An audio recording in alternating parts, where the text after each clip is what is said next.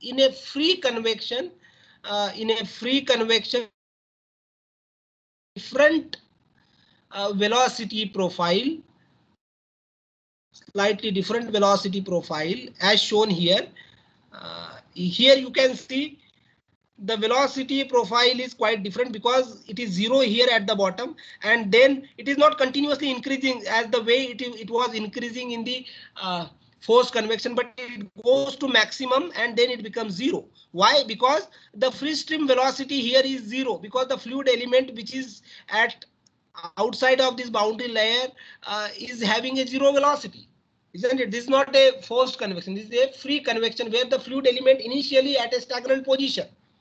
The fluid element is caused by purely by a density difference, and since the density difference is going to be higher in the vicinity of this wall, because the temperature of the wall is higher than the temperature of the free stream. Can you see? Hello? Is it clear to everyone? Yes, sir. Yes, sir. Yes, sir. Now, on the onset of this particular plate, initially this temperature boundary layer is going to be laminar. Then there will be a transition region, and for as we move up or move away from this leading edge, that means the x distance x is increasing. Eventually, it may become a turbulent boundary layer depending on what type of fluid we are working, what is the temperature difference we are having. Based on that, it may become a turbulent boundary layer. Okay.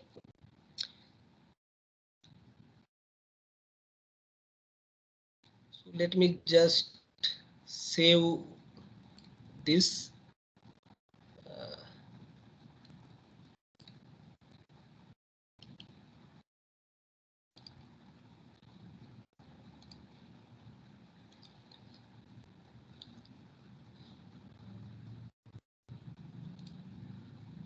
Okay, so let us move to the analysis of this. Okay. To analyze the heat transfer, we must first obtain the differential equation of the motion for the boundary layer. For this purpose, we choose x coordinate along the plate. That is what we have seen in the previous figure, isn't it? The new force which must be considered in the derivation is the weight of the fluid element.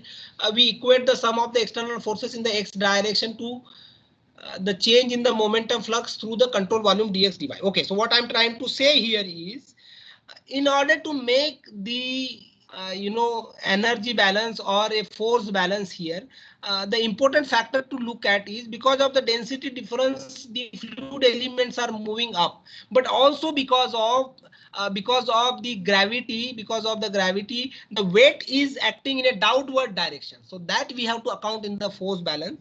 So we start directly in this case from the Navier-Stokes equation in a x direction. So that is given as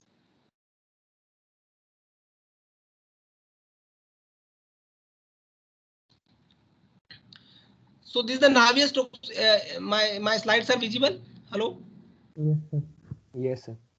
Okay. Shouldn't the elemental volume be dx dy dz? So we are not looking in a z direction. We are only looking at the elemental small elements dx dy, which you can clearly see here. We can take a elemental volume here dx dy.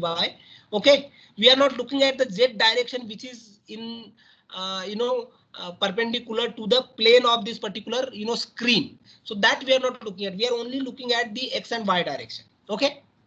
Is it clear? Because we are assuming that it's an infinite plate in a z direction. Clear? Yes, sir. Is that the question? Yes. Okay. So the Navier-Stokes equation in a x direction here is given as rho u dou u by dou x plus v dou u by dy dou y. Here u is the velocity in a x direction, v is the velocity in a y direction, and that is given as minus dou p by dou x minus rho z. So this is nothing but the weight acting in a downward direction. This is nothing but the pressure gradient, which is again acting in a downward direction. Plus there is a this viscous dissipation is there, so that is given as minus mu dou square u by dou y square. Okay, so this is just a Navier-Stokes equation written in a x direction. That's it. So this is the first equation. This is the first equation. So in order to solve this particular problem, what we have to solve is, first we have to solve the Navier-Stokes equation. Again, this Navier-Stokes equation can be simplified. Here the pressure gradient, if you look at this particular thing, here the pressure gradient is all because of what? It is all because of change in the density, isn't it? So this pressure gradient dou P by dou X can be represented in the form of the density as minus rho infinity is G. So if we put it in this, the buoyancy force we can directly obtain here as rho infinity minus, sorry, this G I have taken out. This G I have taken out. Okay. So these are the three equations. This is the first equation which we have obtained. Maybe I just name these equations. So this is the equation number 1. This is the equation number. Maybe I'll just write down here somewhere. Okay, this is the equation number 1. Let me name this as equation number 1 because this equation, Navier-Stokes equation, is simplified again. Here this density difference is represented in the form of coefficient of volume expansion. So coefficient of volume expansion beta is defined as minus 1 by rho dou rho by dou T at constant pressure. So that can be from this equation we can directly see beta into rho into change in the temperature is given as minus del rho.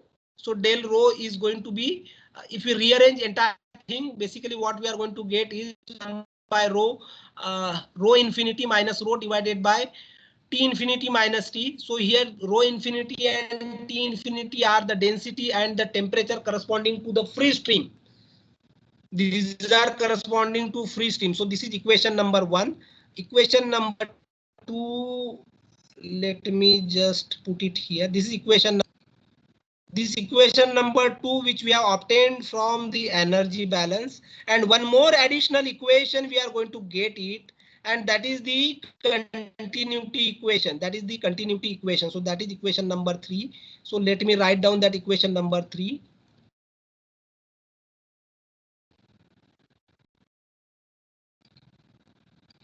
Okay, so these are three equations.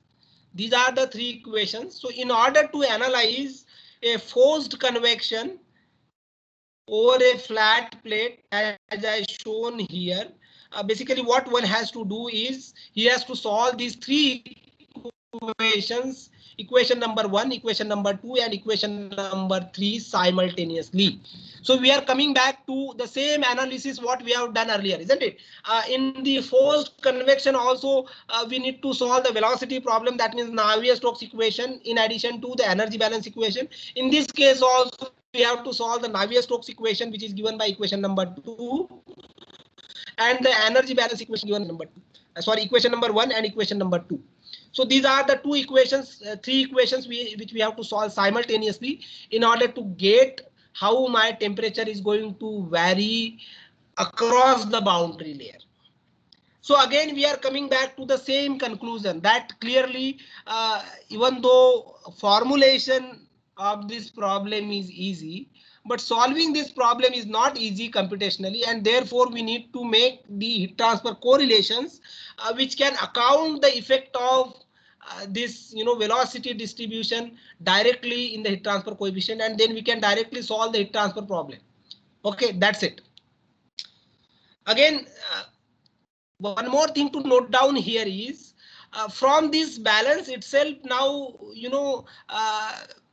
we get the information that what are the different factors which are important to look at when we are looking at solving the heat transfer problem in a free convection. So the additional factor which is coming into the picture is beta. So this is also an important factor which we have to look at, which was absent in the forced convection. So in a free convection, this additional factor beta has to account when we are looking at the heat transfer problem. And generally this beta is given by this equation which is minus 1 by rho dou rho by dou T by for a constant pressure condition. But in case ideal gas, this beta can be directly obtained as 1 by T, where T is absolute temperature. Okay. Again, one more additional information here is if you rearrange get it here is you are going to get a this entire equation in the form of Grashof number and Reynolds number. So that is a clear indication important. What is that Grashof number is that we are going to see in the next slide. But when we are looking at the free convection, Grashof number is important. When we are looking at the forced convection, Reynolds number is important. So that we have to look at.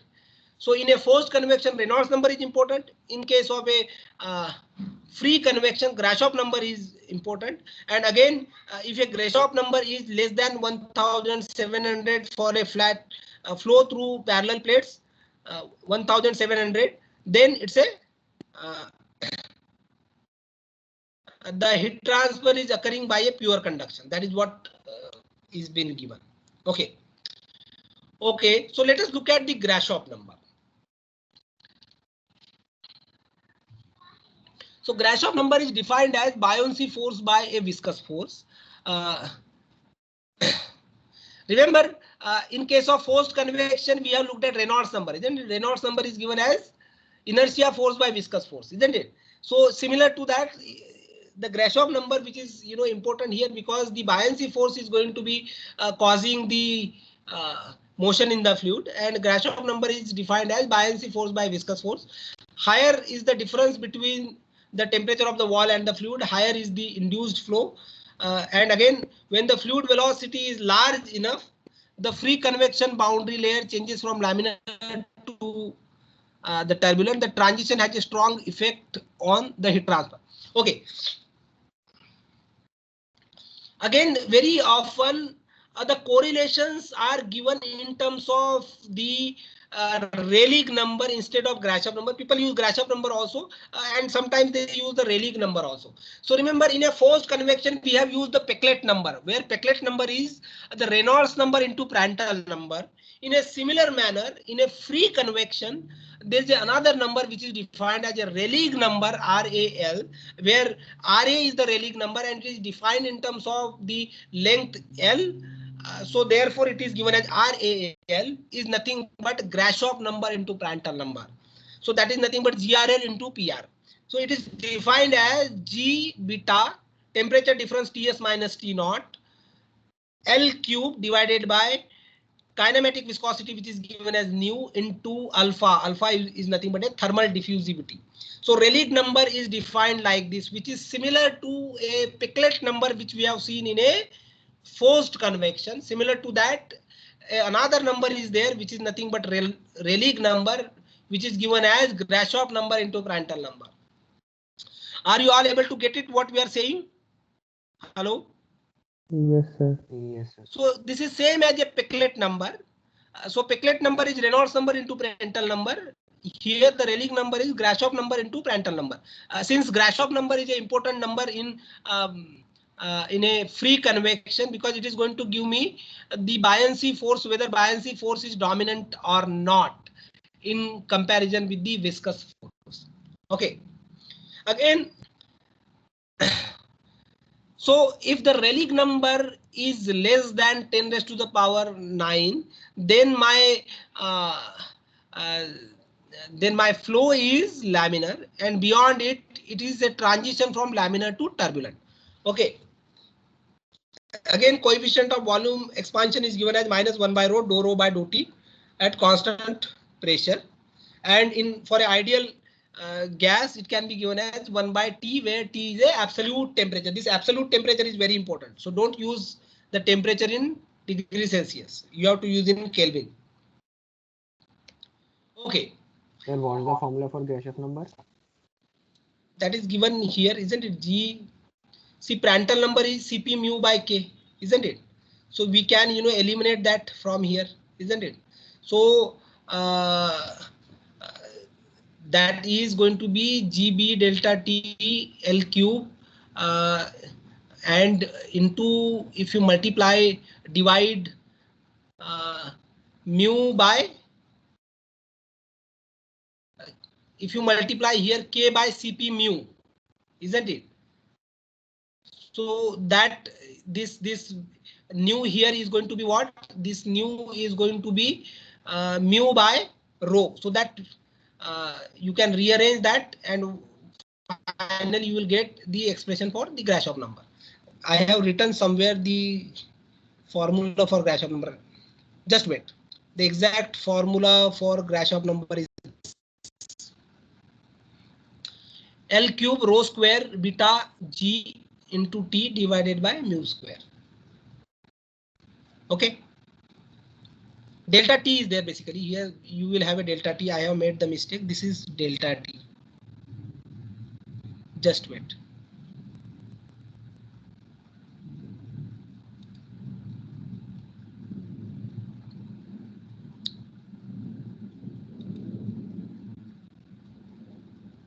This is delta T. Let me just add this delta. Okay. Okay. Okay, so that is what we have seen. Now let us look at the dimension. Is my slides are visible? Hello? Hello? Yes. sir. Okay.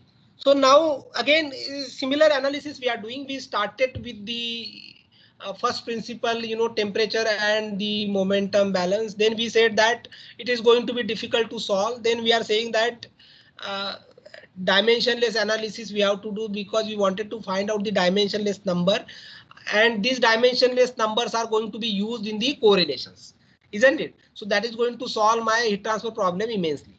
Okay, so now in this case, this heat transfer coefficient, as I said, is related to the thermal conductivity.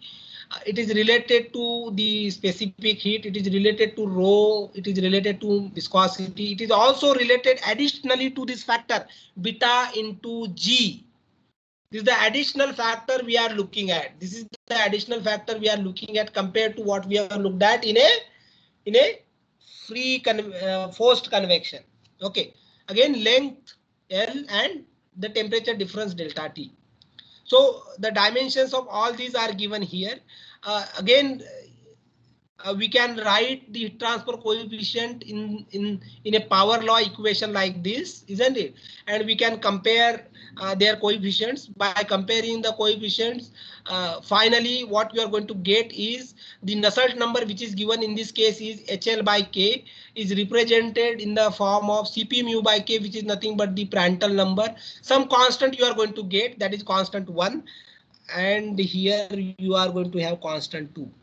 So I have not derived this constant 1 and 2. A detailed derivation is there in the book.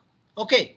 But what you are ultimately going to get here is, if you do a dimensional analysis for this particular problem, the Nusselt number you are going to get in the form of the Nusselt number is going to be related to the Prandtl number as well as the Grashof number, where Grashof number is given as L cube rho square beta G delta T by mu square. Clear? Is it clear? So I have not solved this problem in detail. I have directly given the final result, but this problem is already solved in the book. You can see the derivation. Okay, is it clear to everyone? Hello? Yes, sir. Okay, so let us go ahead. Now, from this analysis, what we can conclude that the Nusselt number is related to the Prandtl number and the Grashof number. So therefore, the correlations which I am going to have should be in the form of Nusselt number, Prandtl number, and Grashof number.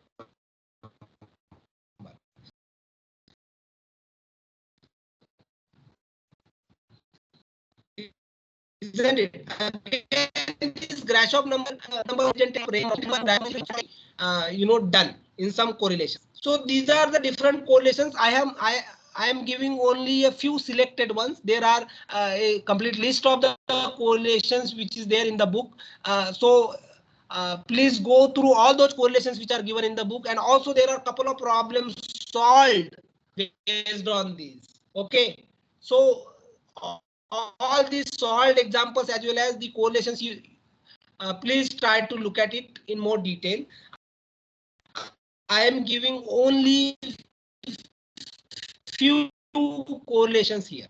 So the correlation for the free convection from the flat surface is given by Charandas. This is for the entire the correlation of the length of the plate. So Nusselt number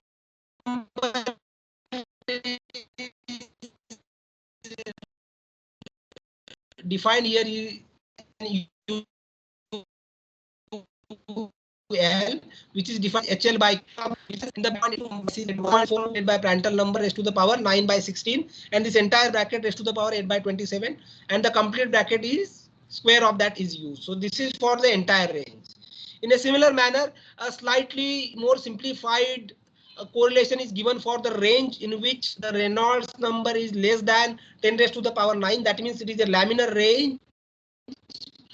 For a laminar range, the Nusselt number is given by this, the second. Okay. Again, if we look at the free convection from the cylinder,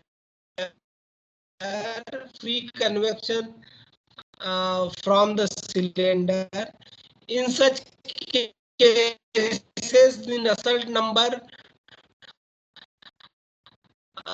is defined in terms of the diameter of the cylinder. So that is given as HD by K. It is given C.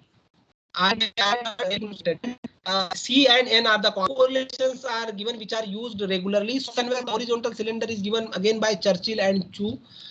So Nusselt number. So here you can see this correlation. This correlation for the flat surface cylinder as well as sphere. The correlations given by Churchill and Chu for all three cases are given in the slides.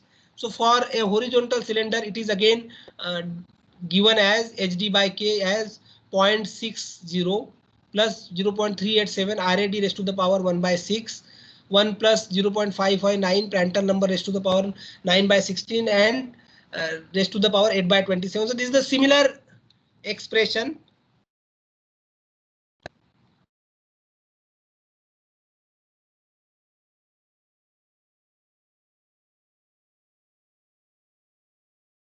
This is the similar expression as that of the earlier equation.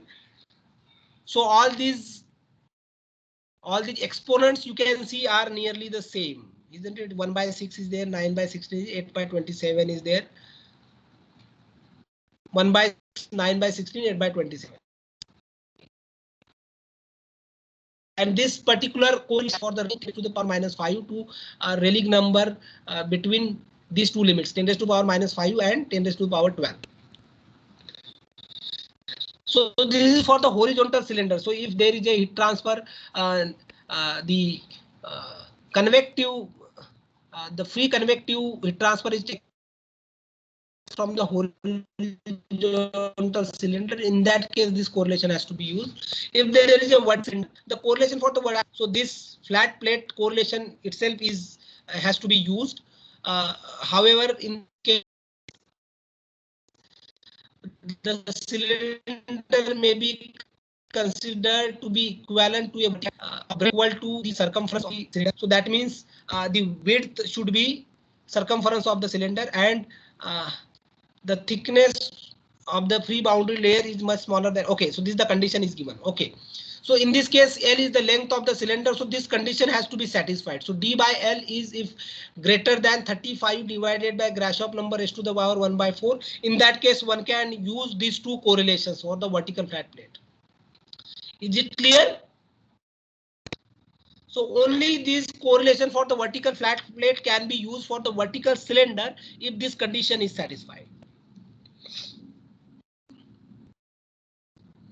Similarly, free convection from the sphere is given by another correlation, which is 2 plus in the bracket 0.589 RAD raised to the power 1 by 4 divided by 1 plus 0.469 by Prandtl number, and this entire bracket is raised to the power 9 by 16, and outside it is raised to the power 4 by 9, and this is valid. We will see one problem solved based on this, and this is valid for the range Rayleigh number between less than 10 raised to the power 11, and Prandtl number should be greater than equals to 0.7.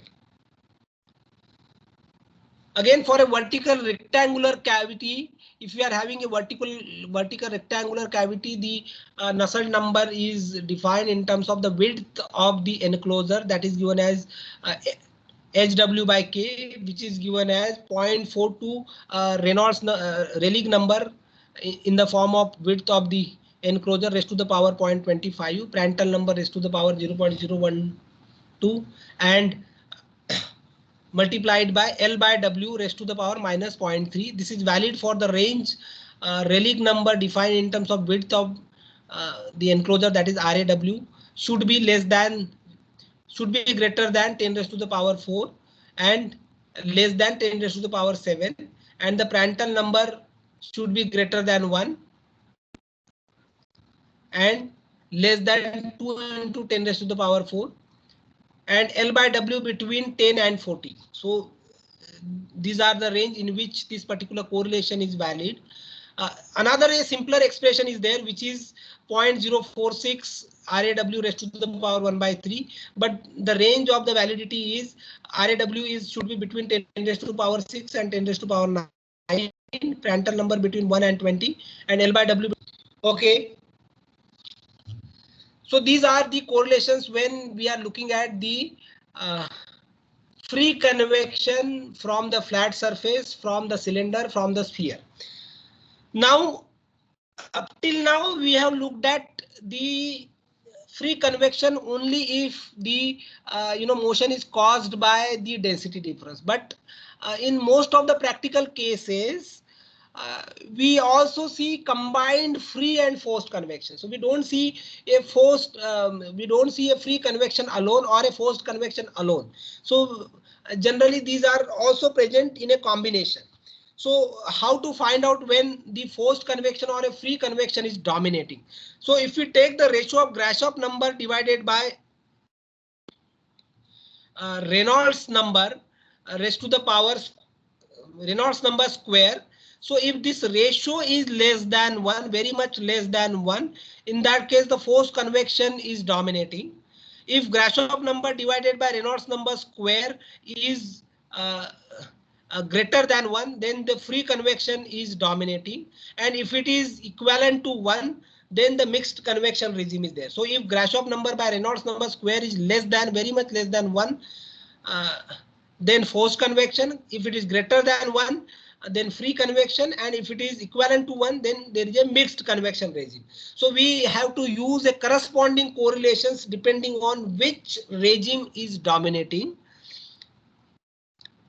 Particularly for the case when the free convection and the forced convection both are present. So in a mixed convection regime, the correlation one has to use is Nusselt number raised to the power m is given as Nusselt number forced convection raised to the power m plus or minus Nusselt number free raised to the power m. So here Nusselt number by forced convection and the Nusselt number by free convection both has to be found out by their individual correlations, and then you have to use this additional equation to find out the actual Nusselt number.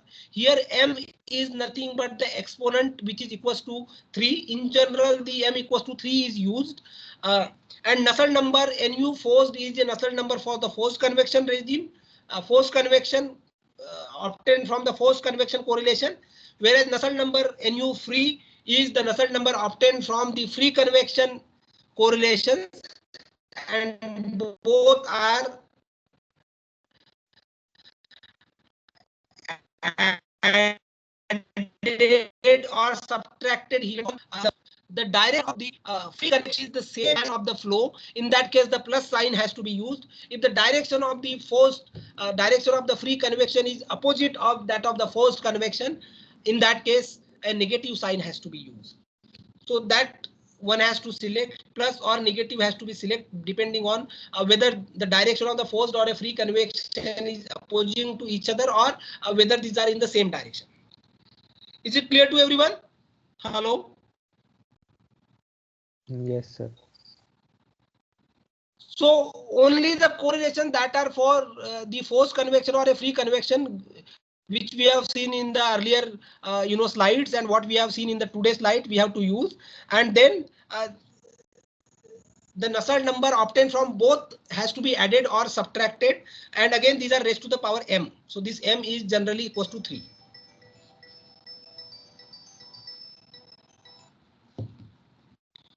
Okay.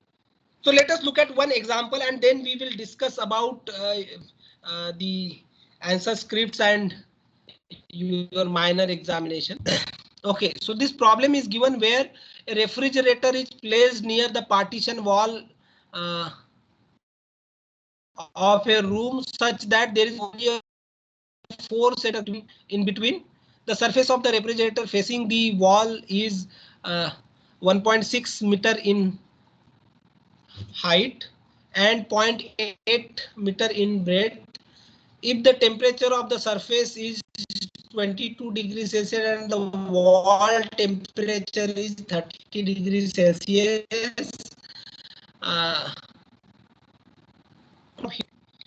cooler surface. Okay. So refrigerator is placed near the partition wall of the room such that there is only 4 centimeter gap in between. The surface of the refrigerator facing the wall is 1.6 meter in height and 0.8 meter in breadth. If the temperature of the surface,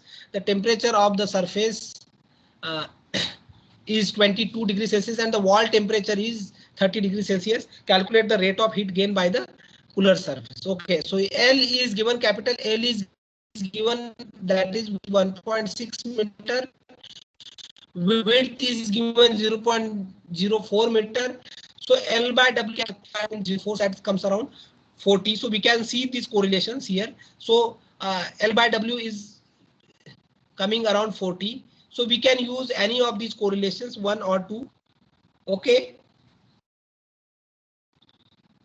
Again, the mean air temperature. So the temperature of the refrigerator surface is 22, whereas the temperature of the wall is 30 degrees Celsius. So the average temperature we have to use, because in between the air which is going to be there in between, that has to have the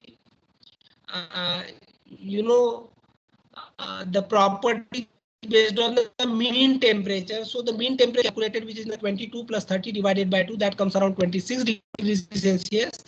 So at 26 degrees Celsius, the properties of the air are given at the backside of the.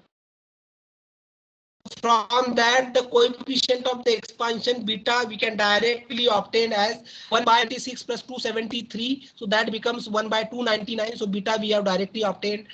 The kinematic viscosity nu is obtained as 1.684 into 10 raised to the power minus 5 meter square per second. Thermal conductivity K is given as 0.026 watt per meter degree Celsius, and the thermal diffusivity is given as 2.21 into 10 raised to the power minus 5 meter square per second, and Prandtl number is given as 0.7.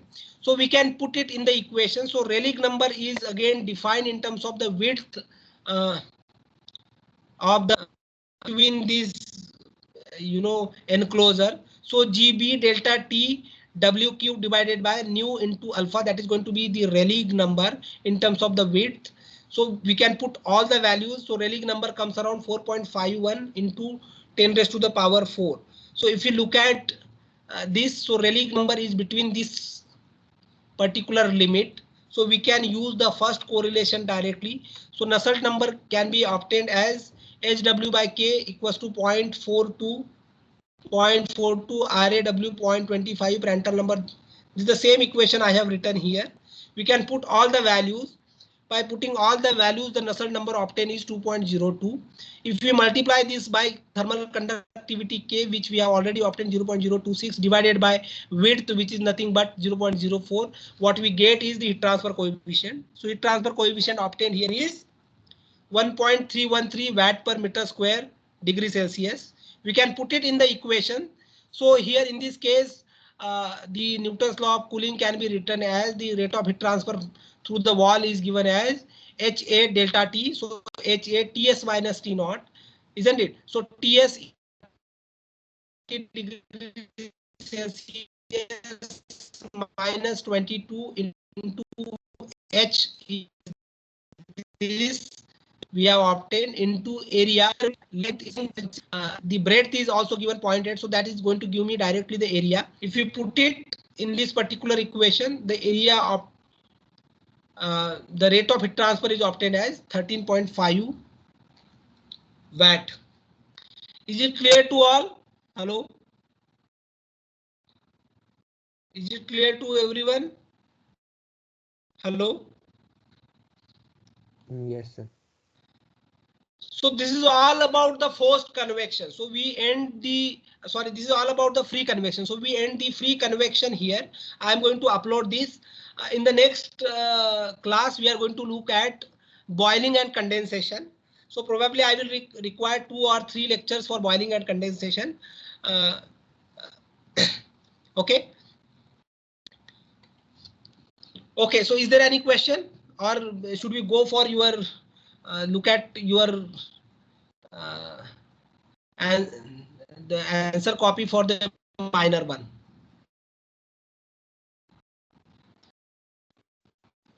Is it all right? Hello? Yes, sir.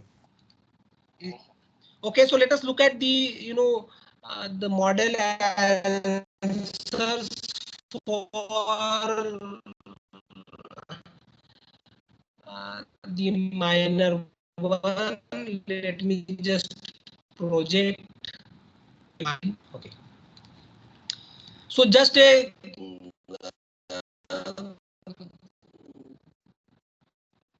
quick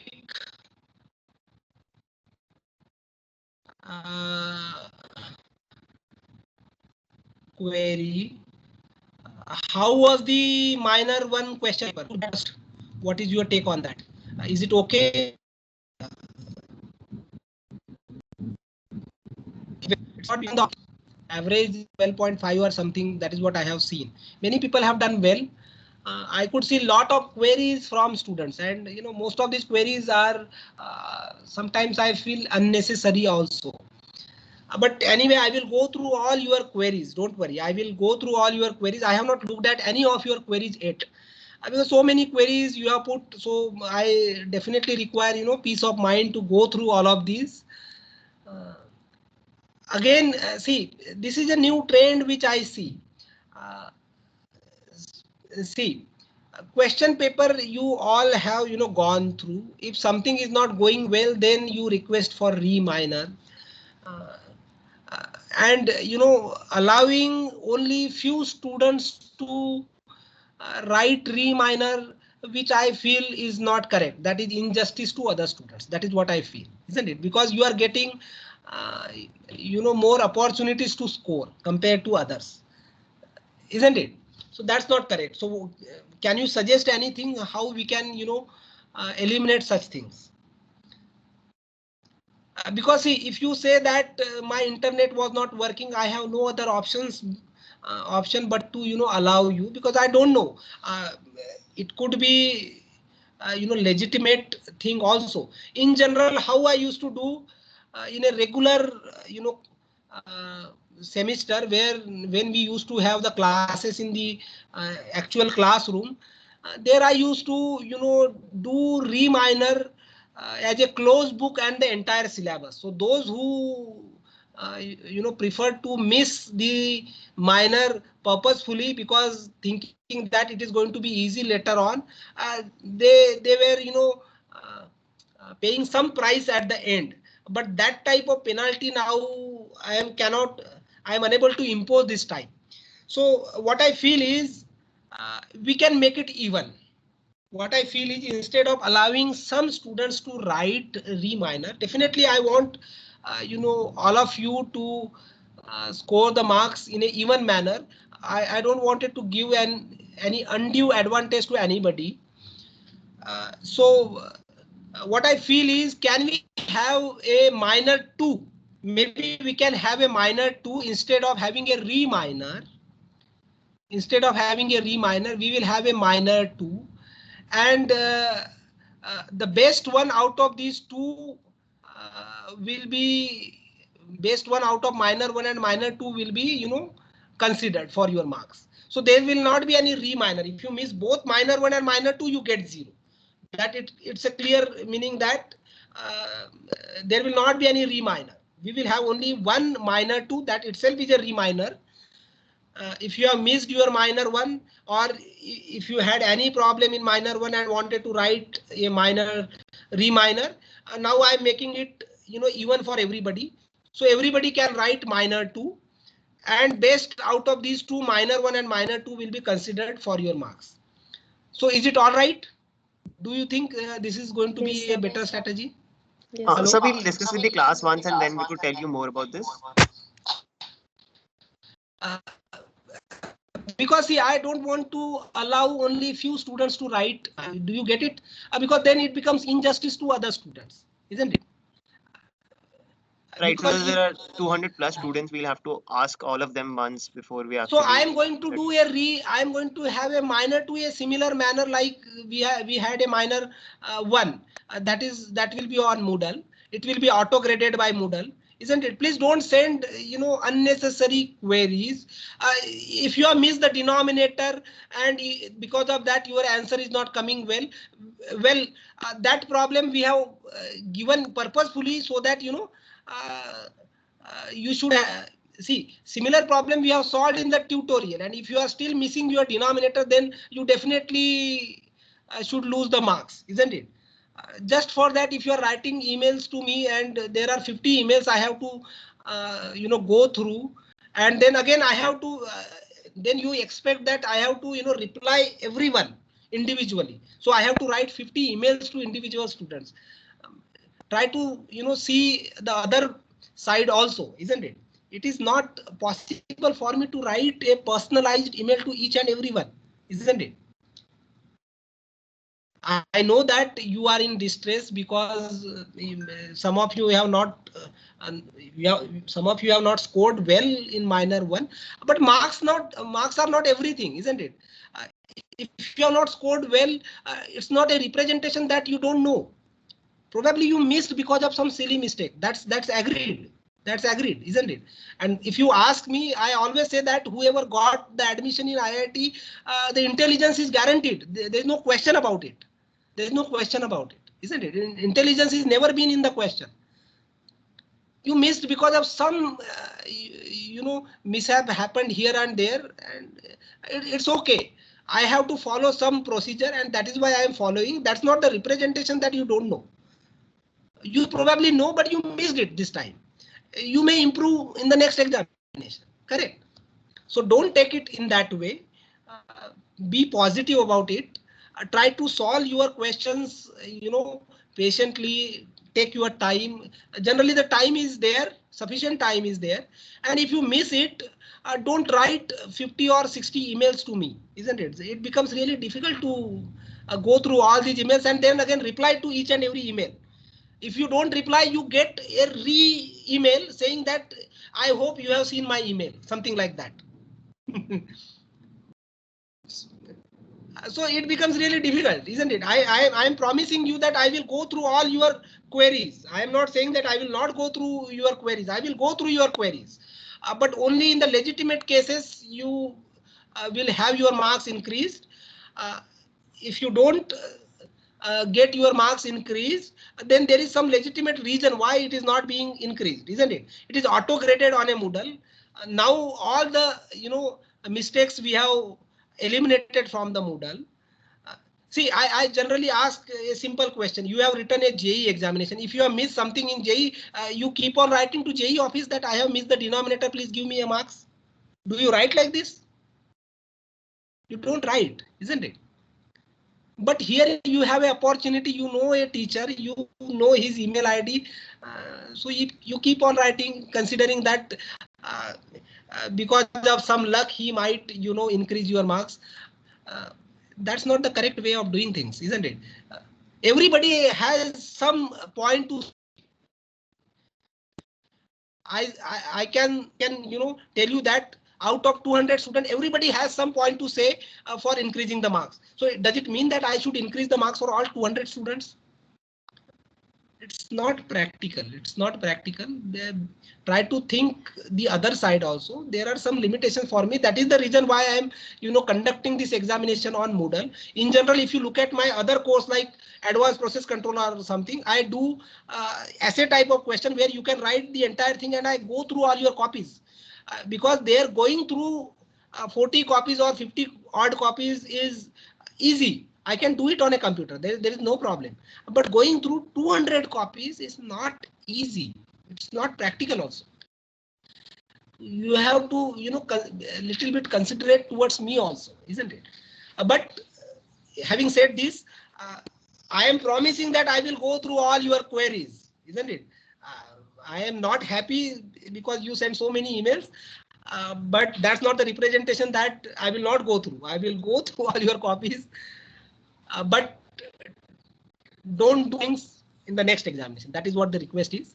And again, another request is probably we will have a minor 2, and best out of minor 1 and minor 2 will be considered for your 30 marks. Of course, subjected to whether you all agrees on that or not. Okay. So probably in the next class, please let me know whether this is okay for all of you. If not, then we will go ahead with whatever the policy we have phrased so far. Is it all right? All right, Yes, sir. sir. I'll ask with the students and get back to you. Yes, Probably a sir. lot of them are in agreement. However, if there are any particular concerns, I'll let you know about that. And also, sir, is there any tutorial today? Yes, we will have a tutorial. I'm sorry, I have not uploaded anything. I will upload just shortly.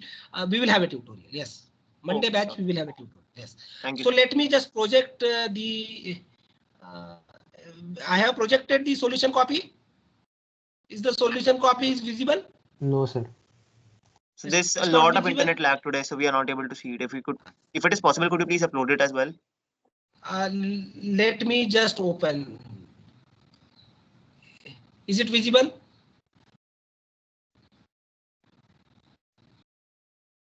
A PDF document I have opened. Is it visible now? No, sir. No, sir. There is a black screen only. Just wait, it will come.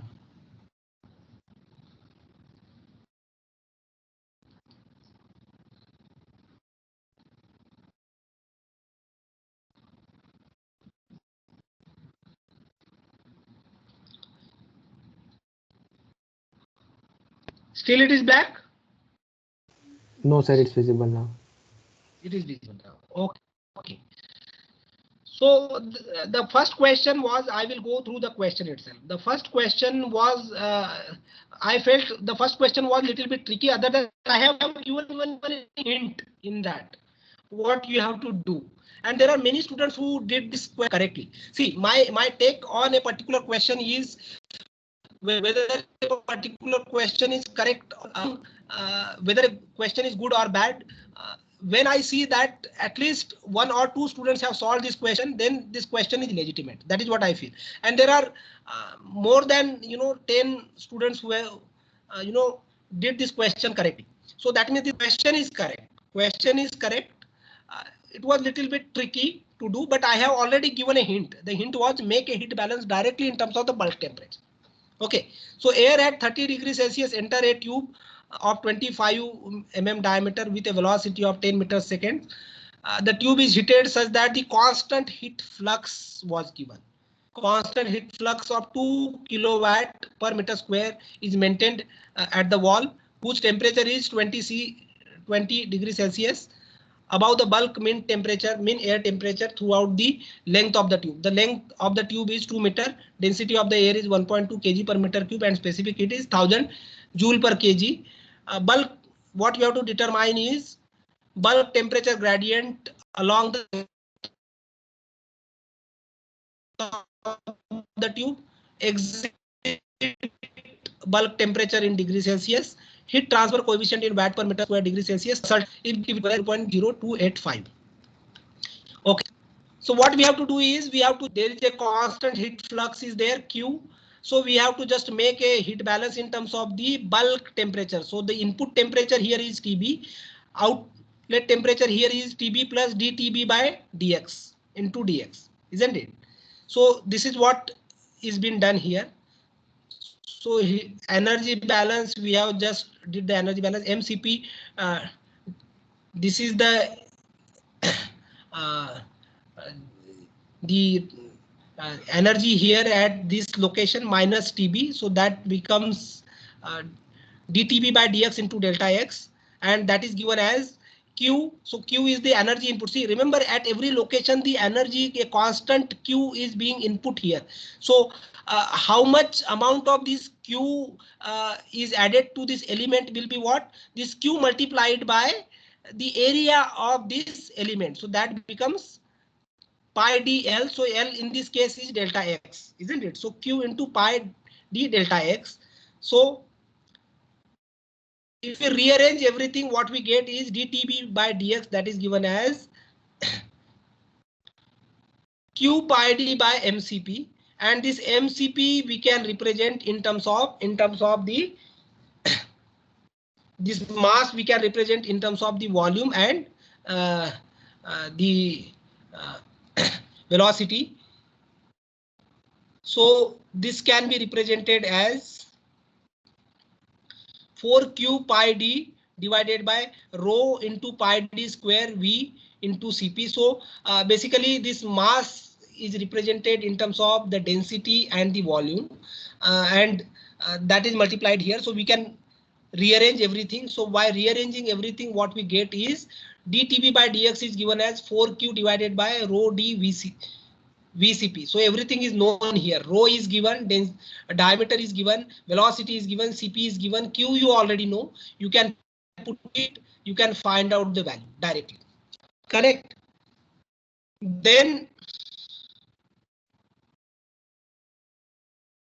dTB by dx is a constant, isn't it? So we can directly represent this equation for both the ends of the pipe. So based on that, dTB will be given as T2 minus TB1, dx is given as L minus 0. So that basically what we get is TB2, that is the outlet temperature here, and that can be given as this dTB dx into L plus the TB1. So that comes out to be 83.4 degrees Celsius. So this heat transfer coefficient we have to find out Hx. So Hx is given as degrees Celsius. So this T match 20, we can directly. Nusselt number is also, if you know Hx, then Nusselt number can be directly obtained as Hd by K. So this is easy. So all the parts were easy. Only the first part was little bit tricky. But for this part also, I have given the hint that make a balance in terms of the. That is what I have given in the starting. So clear. Second question was again just a heat balance as Ka dt by dx, that is Fourier's law of heat conduction. A is given as A naught e raised to power ax, and if you integrate it, finally what you get is this equation T1 minus T1 divided by T2 minus T1 is given as e raised to power minus ax minus 1 divided by e raised to power minus al minus 1. If you rearrange this everything, what you get is this equation, and you can put the T1 and T2 here, and you can obtain the values at the location 0.25 percent of the length L, or 0.50% of the L from the left face, and similarly you also obtained heat transfer Q directly from this equation.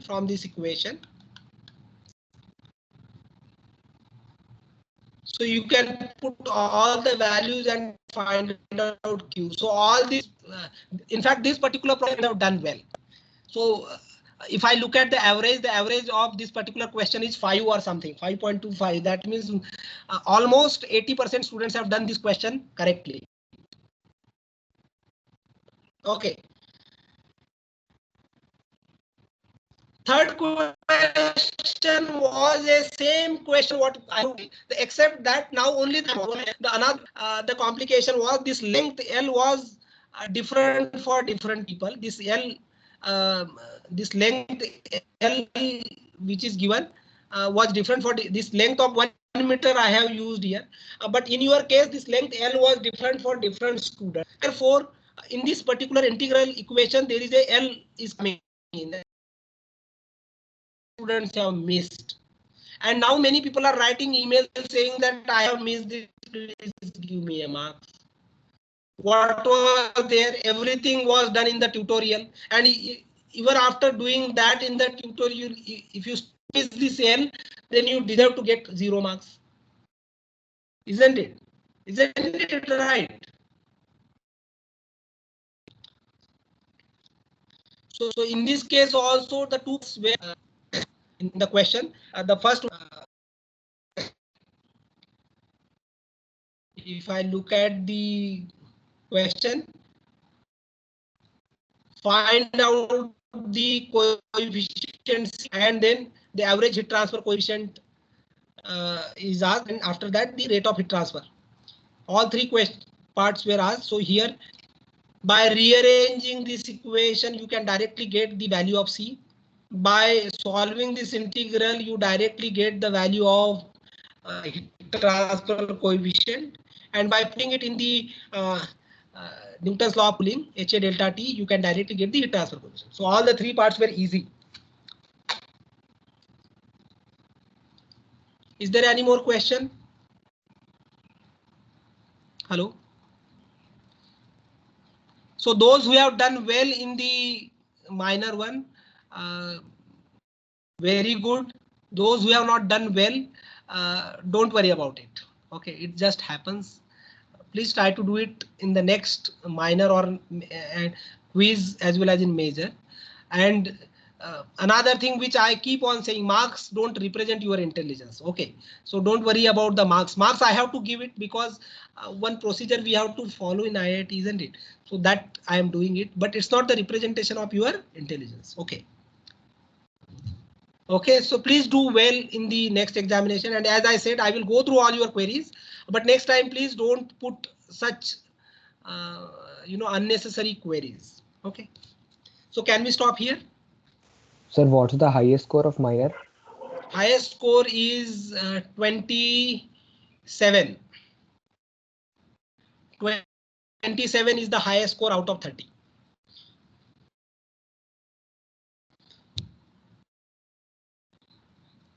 Hello. So could you also please tell us more about the timeline that would be, because we also have another quiz if I'm not wrong, of which again So we'll the take a next best. quiz and next quiz will be before the minor. 1 week before the major we will have a next quiz, and maybe in that week itself we will have a minor 2 or a re minor if you agree. If you don't agree, then we will not have a re minor, and we will directly go to the major examination. Sir, And the class is re-minor, interested for a minor. The class is interested for the minor. They just want to know the timeline that you would keep, because timeline, the that's what I'm syllabus. saying. At the end, 1 week before the major, we will have both re-minor in the sense minor 2 and the quiz. Both we will have in the same week. Probably on the entire syllabus, or maybe 1 or 2 class before that. Okay, so we thought that it might be on the current syllabus for the minor only, so that it is placed nearby.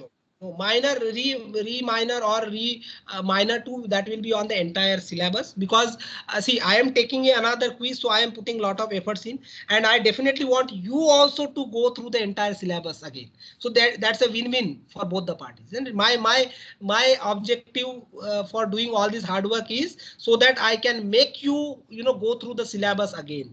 That is my objective. Okay, your objective is you also getting one more opportunity to score. So it's a win-win for the parties, isn't it? Clear?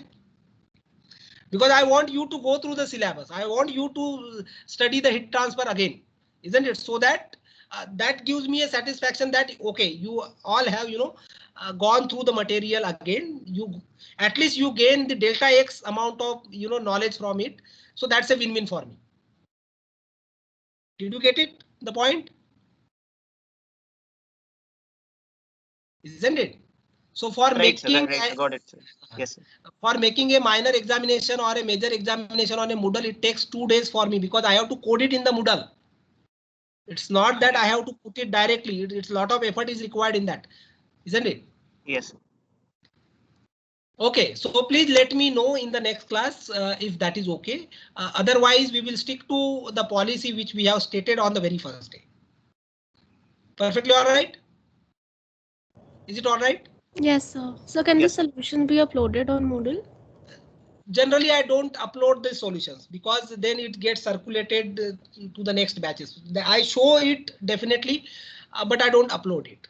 Okay. All right, sir. So if you wanted to go through that entire thing I have discussed in the video, you can go through. Yes, sir. Okay. Okay, so we stop here and we will have a tutorial today. Okay. Sure. Thank you, Thank sir. you. Okay, thank you. Thank you so much.